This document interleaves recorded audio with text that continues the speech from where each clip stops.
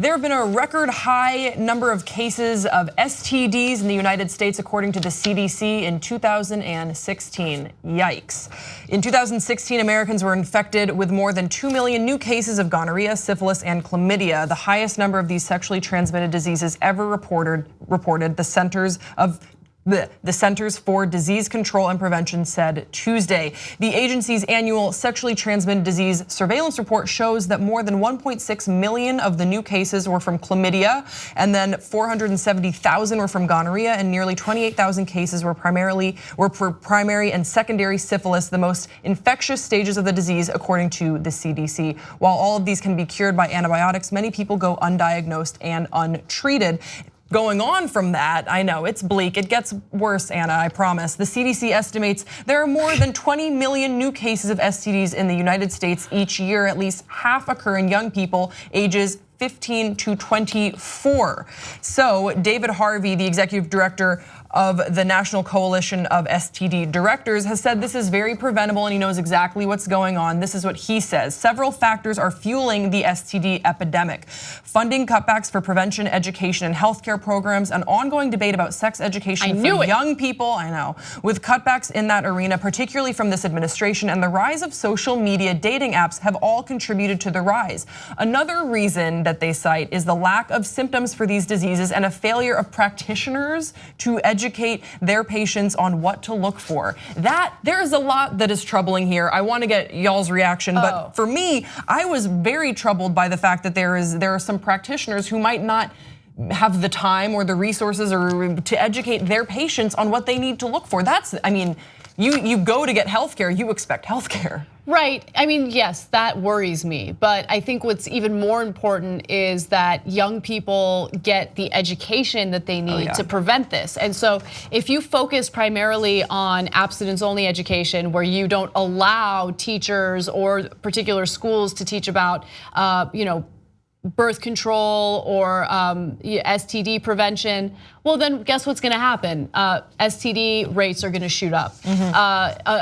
Teen pregnancies will increase. And my favorite case study that I love to bring up whenever this type of debate happens is the comparison of Mississippi versus New Hampshire when it comes to teen pregnancies. Teen pregnancies are very high in Mississippi because they only allow abstinence-only sex education, whereas in New Hampshire, which is a state that has one of the lowest rates in teen pregnancy, they only allow comprehensive sex ed, where they say, you should probably avoid having casual sex and you should probably wait as long as possible. But in case you don't, let us give you the information necessary to protect yourself.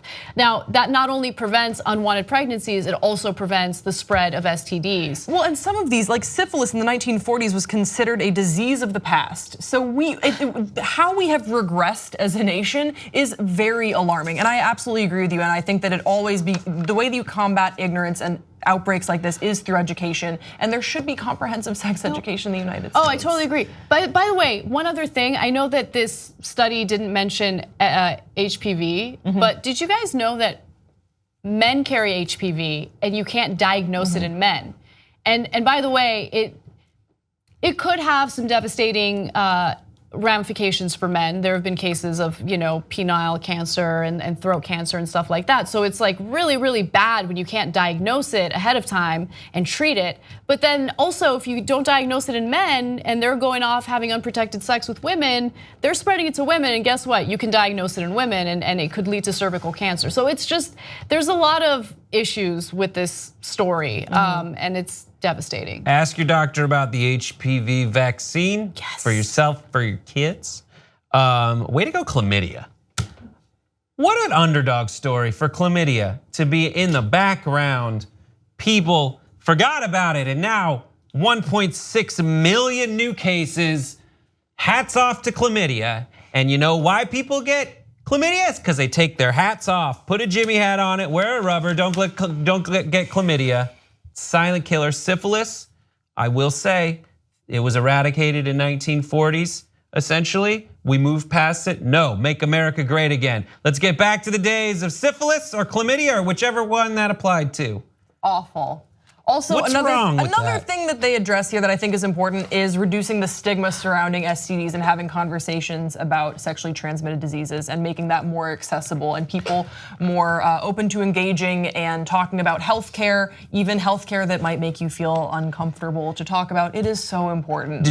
We need to erase that. Did you have stigma. STD sex education in school? Well, you know that I went to school in Belgium. Yeah, right? that's what I mean. Is in Belgium. We're both from the Valley. We're boring. No, we did. We had our sex ed was very comprehensive at my school, and it was a Christian school, a small Christian school in Waterloo, Belgium. So good for them because it definitely could have swung the other way. Like a small Christian international school, it could have been run by nuns. Yeah. Could have been the other way, but it was very comprehensive. Almost too much so. I love Nurse Rollins. I still remember her because we were very familiar with how they have to clean a penis if things go wrong in that way. And clean a penis? And now I'm gay, so yep.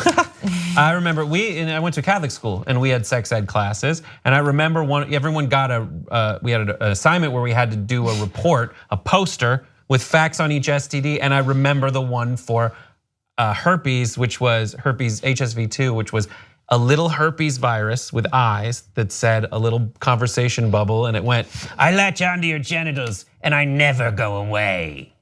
So I remember that.